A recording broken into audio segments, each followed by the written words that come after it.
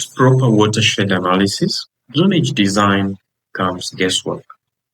This is why it's very important for any drainage design engineer, or basically even every civil engineer is dealing with drainage works, to be able to understand how to carry out watershed analysis in Civil 3D. The reason is watershed really defines where water is coming from, how this water is going to move along the site, and where it must be safely discharged within that area. So the point of discharge is, of course, at the outlet point, and in this case, we move by gravity. Watersheds, water will always follow the terrain, and watershed analysis helps you to identify the drainage path. It also helps you to avoid blocking existing flow routes. You will notice, for example, if this is a natural flow, let's, for example, go to site. And the moment we go to site, you will notice that from visual inspection, you will notice that this is a natural water flow. So if you didn't have maybe such maps to visualize, you not maybe on site, you may not be able to know. And even if you are on site, once the data is brought, be able to difficult to certain where water was naturally flowing. So this means as you carry out your design, you can be able to follow this path. You also notice that this looks like a bit more of another natural water flow or natural water path. By following this, it means you avoid blocking these existing flow routes. You're also going to reduce erosion and any kind of risk. So I want us to look at, for example, sample watershed analysis that I've carried out on this site. Just to remind you again, that is just a natural, that was more of an empty space that you saw when we selected it to carry out the various development. So we have the various land uses that we propose in different sectors. So for example, we have an institution sitting on a 2.5 acres land. We have an industrial section in almost 1.9 hectares.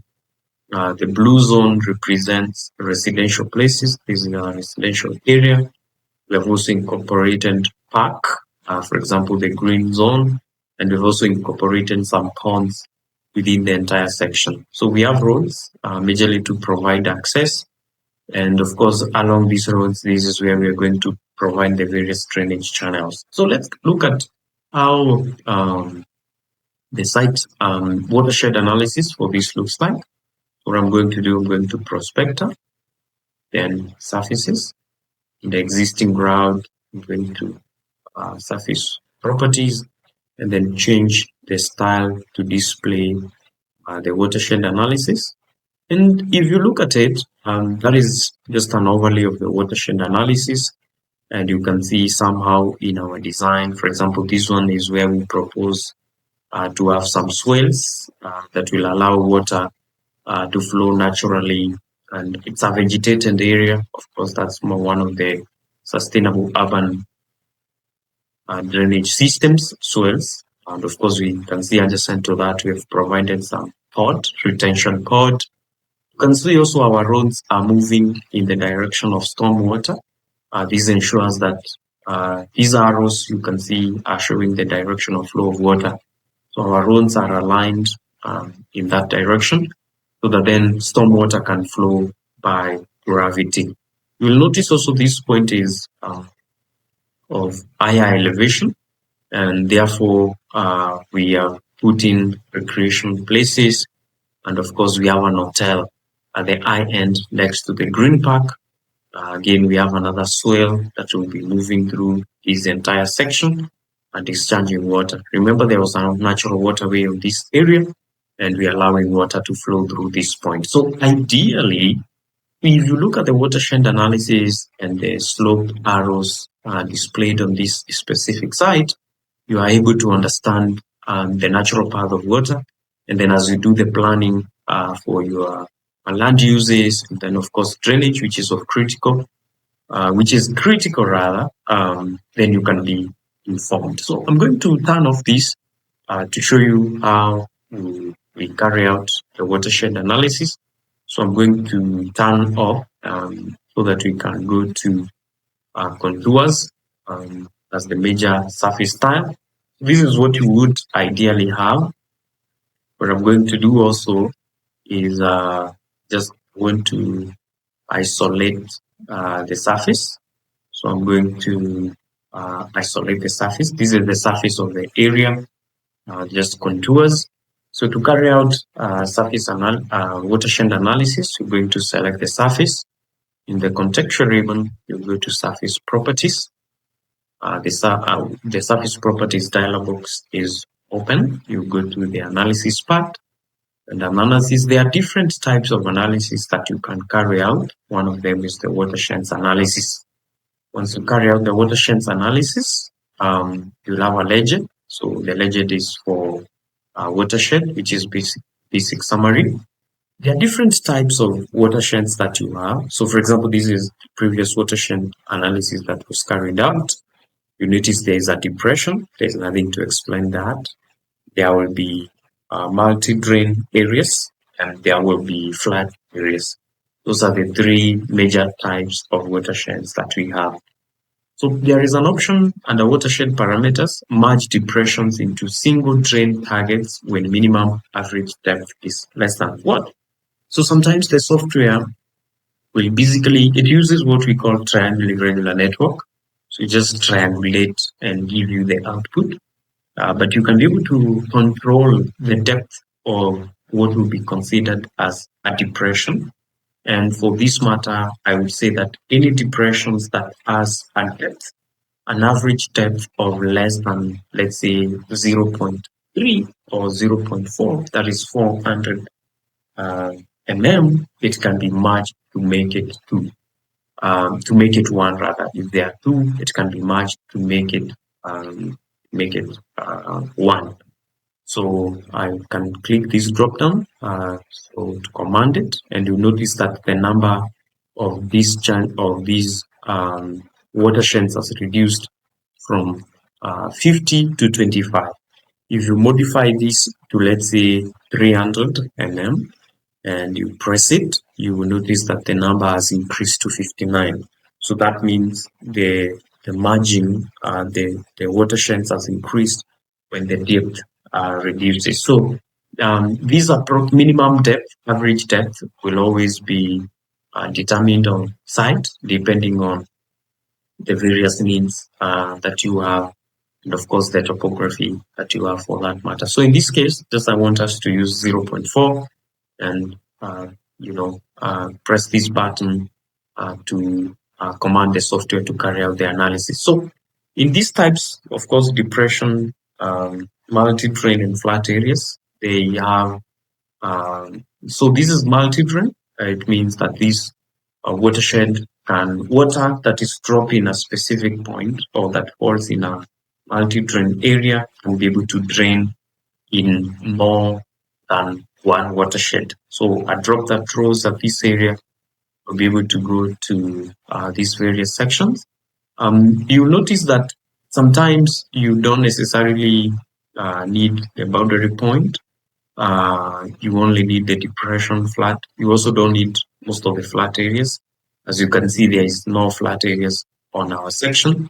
So you can turn off even the flat areas and you're left with multi-drain, depression, and of course you want to see the boundary segments for that matter. Once that is done, you can go to display area. This is where you control how the various sections will be displayed. For example, boundary segment will be white. This is the kind of arching. For example, the depressions, they will be shown in green and such. So you can always click on area display and you choose an arching pattern that impresses you. Once you do that, you can be able to apply and then press OK.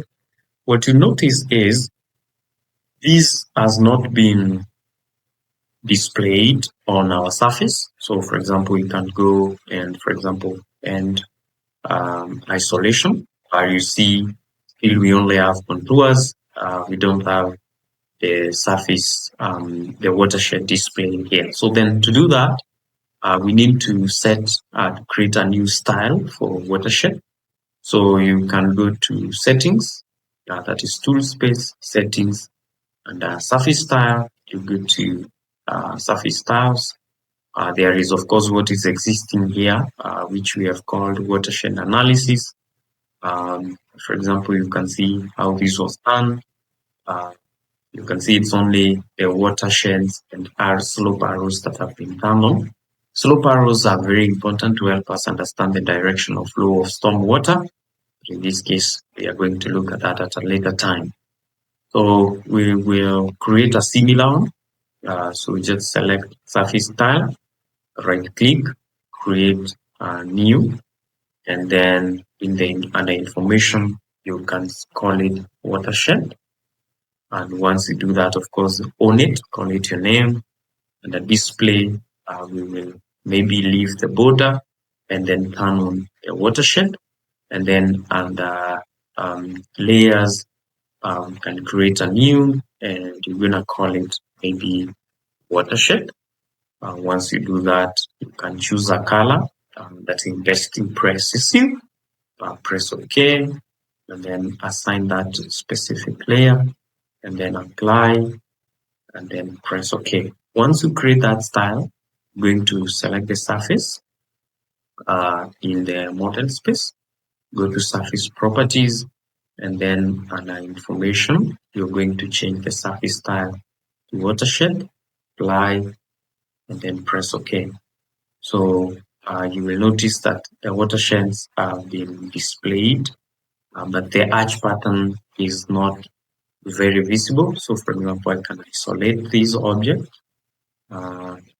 So I can isolate the selected object.